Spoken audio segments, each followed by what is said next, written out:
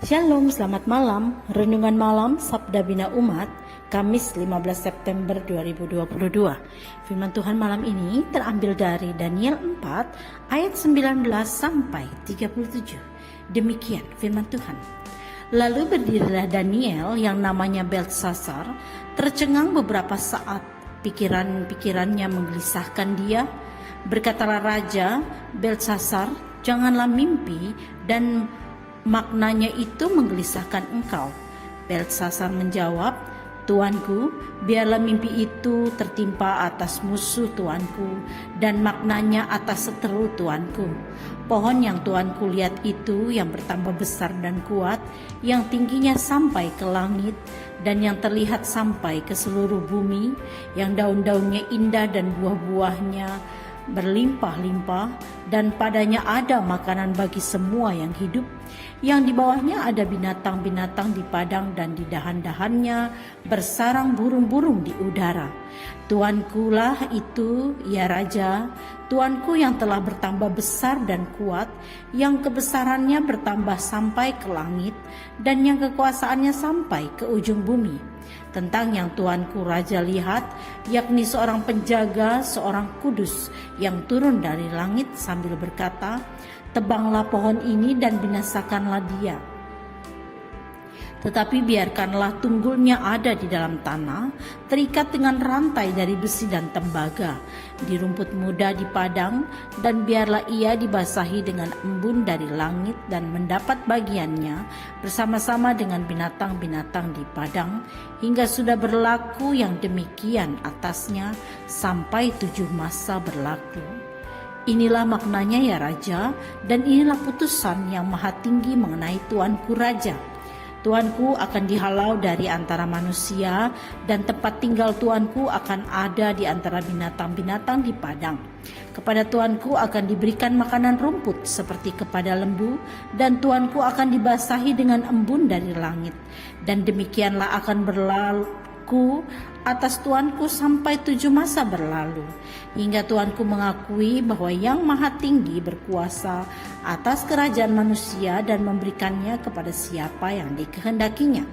Yang dikatakan tentang membiarkan tunggul pohon itu berarti kerajaan Tuanku akan kembali Tuanku pegang segera sesudah Tuanku mengakui bahwa sorgalah yang mempunyai kekuasaan. Jadi ya Raja, biarlah nasihatku berkenan pada hati Tuanku.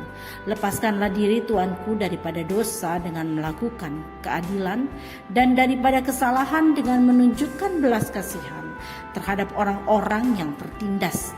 Dengan demikian kebahagiaan Tuanku akan dilanjutkan.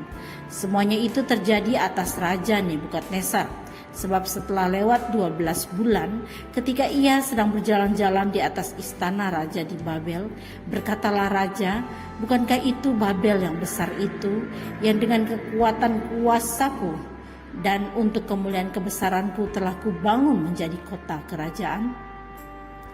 Raja belum habis bicara ketika suatu suara terdengar dari langit, kepadamu dinyatakan ya Raja Nebukadnezar, bahwa kerajaan telah beralih daripadamu. Engkau akan dihalau dari antara manusia, dan tempat tinggalmu akan ada di antara binatang-binatang di padang. Kepadamu akan diberikan makanan rumput seperti kepada lembu, dan demikianlah akan berlaku atasmu sampai 7 masa berlalu, hingga engkau mengakui bahwa Yang Maha Tinggi berkuasa atas kerajaan manusia dan memberikannya kepada siapa yang dikehendakinya.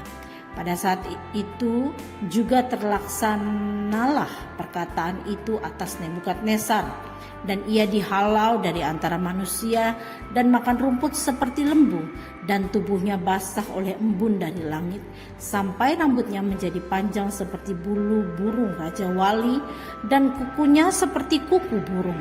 Tetapi setelah lewat waktu yang ditentukan, aku Nebukadnezar menengadahkan ke langit, dan akal budiku kembali lagi kepadaku. Lalu aku memuji Yang Maha Tinggi, dan membesarkan dan memuliakan yang hidup kekal itu, karena kekuasaannya ialah kekuasaan yang kekal dan kerajaannya turun-temurun. Semua penduduk bumi dianggap remeh.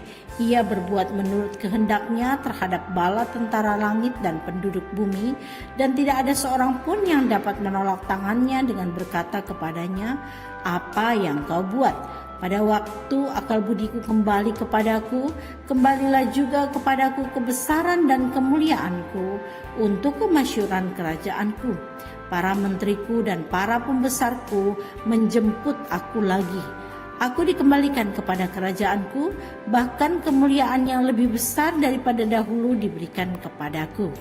Jadi sekarang aku Nebukadnezar memuji, meninggikan dan memuliakan Raja Sorga yang segala perbuatannya adalah benar dan jalan-jalannya adalah adil, dan yang sanggup merendahkan mereka yang berlaku congkak. Demikian firman Tuhan. Renungan malam ini bertema hidup ini adalah kesempatan untuk melayani. Daniel mengetahui bahwa mimpi raja merupakan pengumuman yang tidak akan terjadi bagi raja. Namun Daniel tetap mengharapkan yang baik yang terjadi bagi raja, sehingga ia berkata bahwa biarlah mimpi itu tertimpa atas musuh raja dan atas seteru raja. Nampaknya masih ada kesempatan bagi raja untuk bertobat, memperbaiki perbuatannya yang salah kepada Daniel, menasihatinya agar melepaskan diri dari dosa dan melakukan keadilan dan menunjukkan belas kasihan terhadap orang yang tertindas agar kebahagiaannya berlanjut. Tetapi Raja Nebukadnezar tidak memanfaatkan kesempatan bertobat itu, malahan terus berbuat jahat dengan menyombongkan dirinya di hadapan Allah. Seperti kacang lupa kulitnya, demikianlah Nebukadnezar. Ia semakin sombong dan angkuh karena keberhasilannya, lupa bahwa itu hanya karena perkenanan Tuhan. Jika Tuhan tidak berkenan, maka itu tidak akan didapat. Karena itu, walaupun berhasil dalam banyak usaha, seharusnya tetap memuji Tuhan. Tidak sebaliknya menganggap diri yang paling hebat. Akhirnya Allah bertindak untuk menghentikannya, untuk menyadarkan bahwa Tuhan berkuasa atasnya. Hukuman Tuhan memang bukan untuk membinasakan, melainkan untuk menyelamatkan. Hukuman kepada seseorang atau kelompok juga Tuhan pakai untuk menjadi pelajaran bagi yang lain. Itulah sebabnya ketika Nebukadnezar menyadari kekeliruannya dan tidak mengakui kemahakuasaan Allah, akhirnya ia mengakui bahwa Allah lah penguasa langit dan bumi dan segala isinya, dan Tuhan memulihkannya. Bagaimana dengan kita? Janganlah setelah mengalami hukuman baru kita sadar bahwa Tuhan itu penguasa segalanya. Tetapi marilah kita selalu sadar bahwa Tuhan menginginkan kita memanfaatkan kuasa atau kesempatan yang Tuhan beri untuk kita pergunakan bagi kemuliaan namanya. Menolong orang yang membutuhkan agar mampu melakukan kehendak Tuhan, supaya dengan demikian kita terus dapat menikmati kebaikannya. Doa malam ini, Bapa, kiranya pengalaman orang lain menjadi pelajaran bagi kami untuk hidup dan bekerja untuk-Mu. Amin. Demikian renungan malam ini. Selamat beristirahat. Tuhan Yesus memberkati.